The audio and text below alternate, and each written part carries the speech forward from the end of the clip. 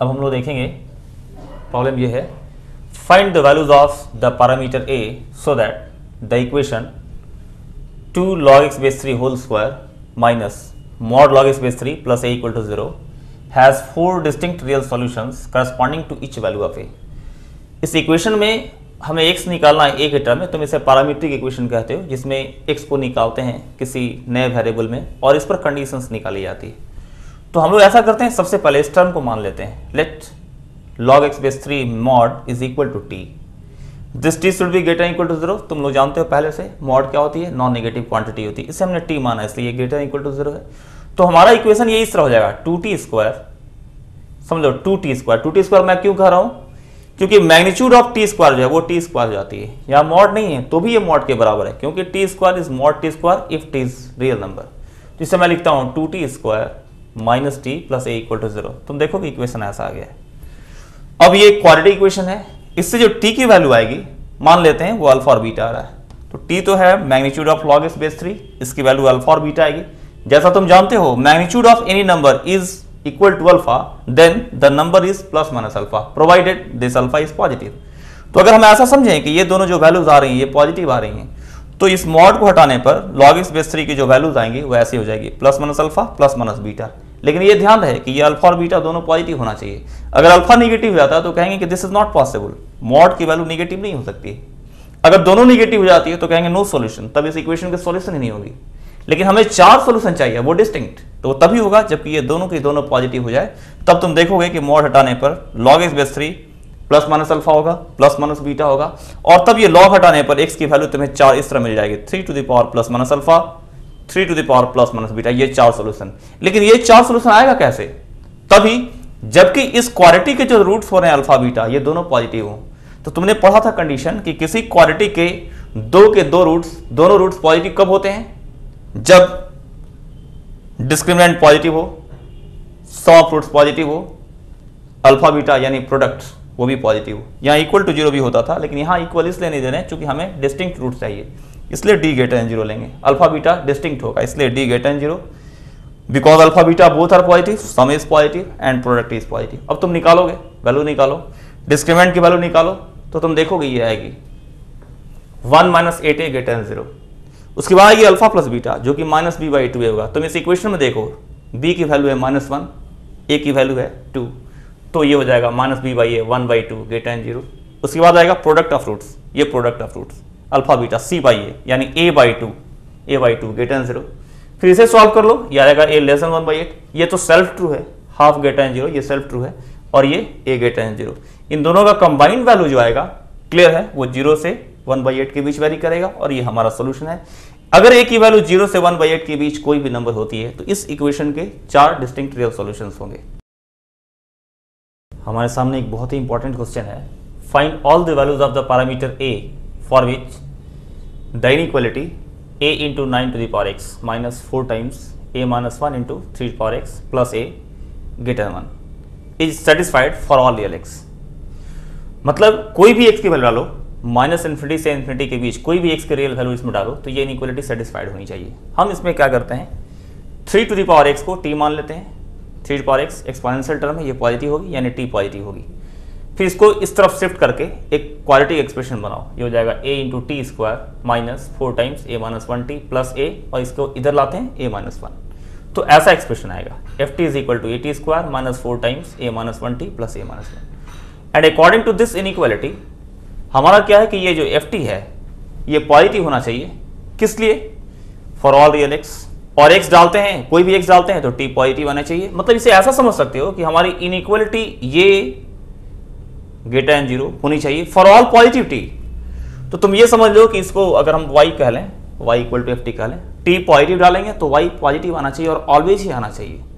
तो तुम इसकी ग्राफ देखोगे, दो तरह की ग्राफ आएगी और दोनों परिस्थितियों को हम बारी बारी देखेंगे। सबसे पहले ये सोचो, क्या ये जो a है वो निगेटिव होगी तो कोई सॉल्यूशन मिलेगा? तो a निगेटिव होने पर तुम्हारे पास 3 तरह की ग्राफ आती है, या तो ऐसी, या कुछ इस तरह की, या कुछ इस तरह की। तो तुम देखोगे कि ये ऑलवेज पॉजिटिव नहीं हो सकता है, कुछ ना कुछ हिस्सा इसका नेगेटिव हो ही जाता है, इसलिए इन तीनों में से कोई भी सॉल्यूशन नहीं मिलेगा हमें। सॉल्यूशन के लिए हमें अपवर्ड ओपनिंग ही चाहिए, मतलब ये जो ए है वो पॉजिटिव ही चाहिए। लेकिन इसमें एक बात और ध्यान रखना है, टी पॉजिटिव डालें, एफ टी पॉजिटिव है, T positive F T positive, तो मतलब फर्स्ट क्वाड्रेंट में होना चाहिए। इसलिए मैंने लिखा है the graph F T lies Holi in first quadrant. Left side जो ग्राफ मैंने दिखाया है यहाँ पर, ये एग्जिस्ट नहीं करता, इसे तुम हटा सकते हो क्योंकि टी नेगेटिव है ही नहीं, टी 3 ये नेगेटिव है ही नहीं, केवल इतना ही तुम्हें देखना है, इतना ही दूर देखना है। और ये ग्राफ क्या होनी चाहिए, पॉजिटिव होनी चाहिए। ये ग्राफ नीचे नहीं आनी चाहिए। अगर ग्राफ ये नीचे आता है, मतलब ग्राफ तुम ऐसे ले लेते हो, अगर इस तरह से ऐसे ले लेते हो तो ये गलत हो जाएगा, क्योंकि इसमें इतना दूर जाएगा वो नेगेटिव आ जाएगा। इसलिए हम ये नहीं ले सकते, हम ये ले सकते हैं, सिर्फ यही ले सकते हैं। इसमें टी पॉजिटिव डालेंगे और ये ग्राफ देख लो कहीं भी नेगेटिव नहीं आ रहा है, तो इसमें कंडीशन आएगा कि ये जो वाई कोऑर्डिनेट इसकी है F0 वो क्या होनी चाहिए, ग्रेटर देन 0।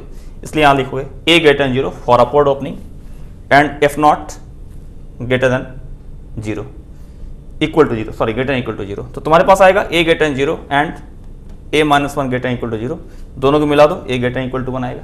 अब दूसरी परिस्थिति में आओ, दूसरी परिस्थिति हमारे सामने है इस तरह की। ये क्यों लिया गया, क्योंकि जब नीचे ये ग्राफ जो है ऑलवेज पॉजिटिव होना चाहिए, बाएं साइड यहां पे नहीं लेना है।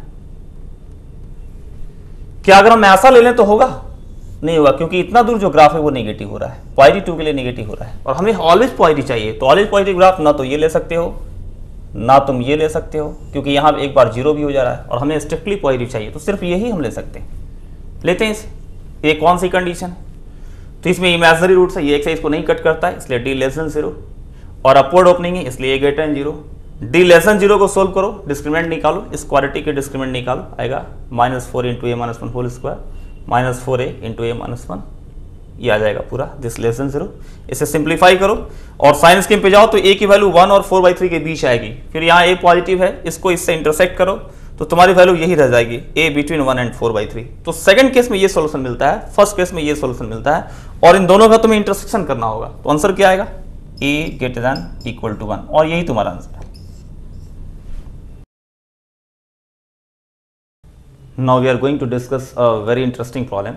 The problem is find all the values of A for which the inequality 4 to the power x minus A into 2 to the power x minus A plus 3 less than equal to 0 is satisfied by at least one real x.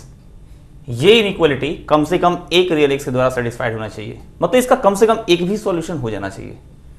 तो हम लोग ऐसा करते हैं, सबसे पहले 2 to the power x को t मान लेते हैं। जैसा आप जानते हैं ये पॉजिटिव होता है एक्सपोनेंशियल टर्म होने की वजह से, और इसे एक क्वाड्रेटिक टर्म में रिड्यूस करते हैं। ये हो जाएगा t square minus AT minus A plus 3। ये एक एक्सप्रेशन बनकर आएगा जिसे लेस देन इक्वल टू 0 होना है। हम इसे ft मान लेते हैं और इसे y कह लेते हैं। तो ये y as a function of t हो जाएगा जिसमें t पॉजिटिव होनी चाहिए, यानी इसके ग्राफ खींचते हैं अगर तो y एक्सिस के राइट साइड आएगी, लेफ्ट साइड ग्राफ नहीं आ सकती है, क्योंकि इसका जो वेरिएबल t है वो नेगेटिव हो ही नहीं सकता। हम कुछ भी x डाल लें 2 to the power x positive आएगा, इसलिए इसकी ग्राफ राइट आएगी, लेफ्ट नहीं आएगी। लेफ्ट आएगी उसे हम हटा लेंगे। तुम्हारे सामने देखो क्या चीज है कि हमारा रिक्वायरमेंट है ft less than equal to 0 for at least 1 t greater than 0। क्यों, क्योंकि हम जो भी x डालते हैं एटलीस्ट 1 एक सोल्यूशन चाहिए और जो भी x डालते हैं t पॉजिटिव आता है, इसलिए इसका सॉल्यूशन जो है एटलीस्ट 1 पॉजिटिव t होना चाहिए। एटलीस्ट 1 रियल x मतलब एटलीस्ट 1 पॉजिटिव t, जो भी हम x डालेंगे उससे पॉजिटिव t आएगा और एटलीस्ट 1 पॉजिटिव t चाहिए इस इनइक्वालिटी को सेटिस्फाई करने के लिए। तो t पॉजिटिव डालें और ft नेगेटिव है, ऐसा तभी होगा जबकि ग्राफ फोर्थ क्वाड्रेंट में हो, क्योंकि इसके राइट t पॉजिटिव है और ft नेगेटिव मतलब इस t एक्सिस के नीचे होना चाहिए। तो ग्राफ कुछ ऐसा होना चाहिए, इस तरह का। ये ग्राफ देखो इस तरह होना चाहिए। अगर ऐसी ग्राफ तुम लेते हो इस तरह की तो क्या होगा, इसमें ये पॉजिटिव मिलेगा, एक जगह 0 भी मिल रहा है। अगर ऐसा ग्राफ लें तो नेगेटिव नहीं मिलेगा, लेकिन यहां 0 मिल रहा है, तो 0 भी अलाउड है लेना, नेगेटिव लेना अलाउड है। तो हम ऐसा कंडीशन लगाते हैं f0 less than equal to 0। अब तुम एक बात सोच सकते हो, ग्राफ अपवर्ड ओपनिंग की क्यों ली गई, क्योंकि यहां जो a है ना कोएफिशिएंट ऑफ t स्क्वायर वो पॉजिटिव है। ठीक से देखो ये पॉजिटिव है, इसकी ओपनिंग हमेशा अपवर्ड होगी, डाउनवर्ड नहीं हो सकती। और सॉल्यूशन को फिर से रिमार्क करते हैं, ये ग्राफ नहीं हो सकता क्योंकि इसमें ये ग्राफ ही तो हमें देखना है, राइट साइड। लेफ्ट साइड तो ग्राफ मिलेगी नहीं, लेफ्ट साइड तो t नेगेटिव होता है, ये सारे ग्राफ नहीं आएंगे। तो इसमें ये पॉजिटिव हो जाता है और हमको कम से कम नेगेटिव या 0 तो चाहिए था, इसलिए ये नहीं होगा। ये हो जाएगा क्योंकि इसमें 0 एक जगह हो जाता है, एक सोल्यूशन मिल जाता है, और इसमें तो काफी सोल्यूशन मिल जाते हैं, यहां से यहां तक काफी सोल्यूशन मिल जाएंगे। तो हम लोग क्या लिखें कि f0 आइदर नेगेटिव और इक्वल टू 0, तो ये कंडीशन आ गई। f0 तुम यहां से निकालो, आएगा minus A plus 3 less than equal to 0, उससे A greater equal to 3 answer आ जाएगा। सेकंड कंडीशन हम लोगों के सामने इस तरह का आता है, ग्राफ कुछ ऐसा हो जाए, मतलब इसकी वर्टेक्स जो है नीचे आए या एक्स एक्सिस को टचिंग हो जाए। वर्टेक्स बनती कहां पर है, तुम जानते हो वर्टेक्स बनती है at t is equal to minus B by two है। यहां देखो b की वैल्यू माइनस है तो minus of minus A by two इस पर वर्टेक्स बनेगा, जो इतनी दूरी है, ये दूरी है, और ये पॉजिटिव होना चाहिए क्योंकि t पॉजिटिव है, इससे सॉल्यूशन आएगा ये गेट है 0। उसके बाद इसका जो y कोऑर्डिनेट तुम निकालोगे, देखो यहां y कोऑर्डिनेट 0 है लेकिन यहां जो y कोऑर्डिनेट होगा वो नेगेटिव होना चाहिए, तो हम लिखते हैं F A by two less than equal to 0, क्योंकि ये जो एफ टी है यही तो y कोऑर्डिनेट देगा। इसमें t की वैल्यू तुम a बाई टू डालोगे क्योंकि a बाई टू पर ही वर्टेक्स बन रहा है, और a by two less than equal to 0 होना चाहिए। हम a बाई टू इसमें डालते हैं, कुछ ऐसा एक्सप्रेशन आएगा, इसको सिंप्लीफाई करो, ये हो जाएगा, इससे आएगा a less than equal to minus 6 और a ग्रेटर इक्वल टू 2। इसको इन दोनों से इंटरसेक्ट कर लो तो तुम्हारा सॉल्यूशन आएगा a ग्रेटर इक्वल टू 2। तो सेकंड केस की ये सॉल्यूशन, फर्स्ट केस की ये सॉल्यूशन। अब इन दोनों को हम लोग यूनाइट करते हैं, यूनाइट करने पर हमारा सॉल्यूशन ऐसे आएगा a union b implies a greater than equal to 3, and this is the actual solution. Now we are going to discuss a very general question.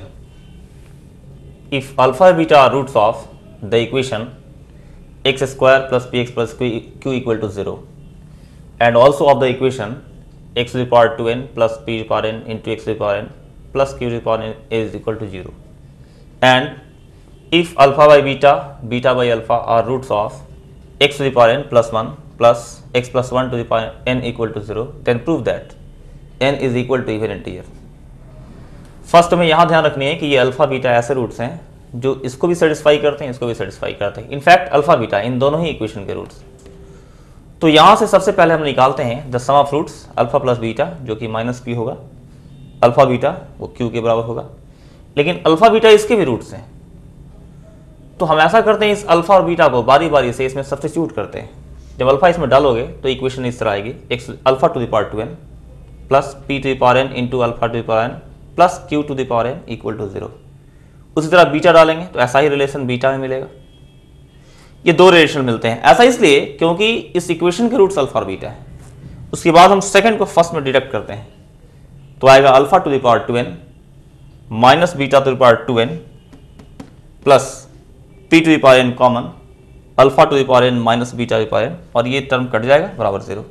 फिर ये टर्म तुम कॉमन निकाल लो और 0 में डिवाइड कर दो, तो यहां बचेगा alpha to the power n plus beta to the power n यहां से plus p to the power n equal to 0।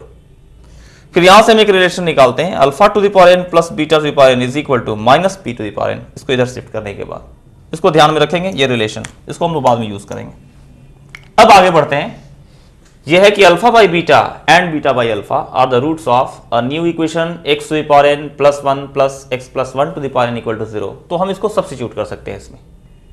चलो ऐसा करते हैं, अल्फा बाई बीटा को हम डालते हैं इसमें, तो x के बदले जैसे ही हम अल्फा बाई बीटा डालेंगे इन दोनों स्थानों पर तो ऐसी रिलेशन आएगी। एलसीएम लो, एलसीएम के बाद हमारा इक्वेशन कुछ यूं हो जाएगा, alpha to the power n और ये एलसीएम से plus beta to the power n और ये alpha plus beta to the power n और beta to the power n यहाँ क्रॉस मल्टीप्लाई होकर 0 हो जाएगा।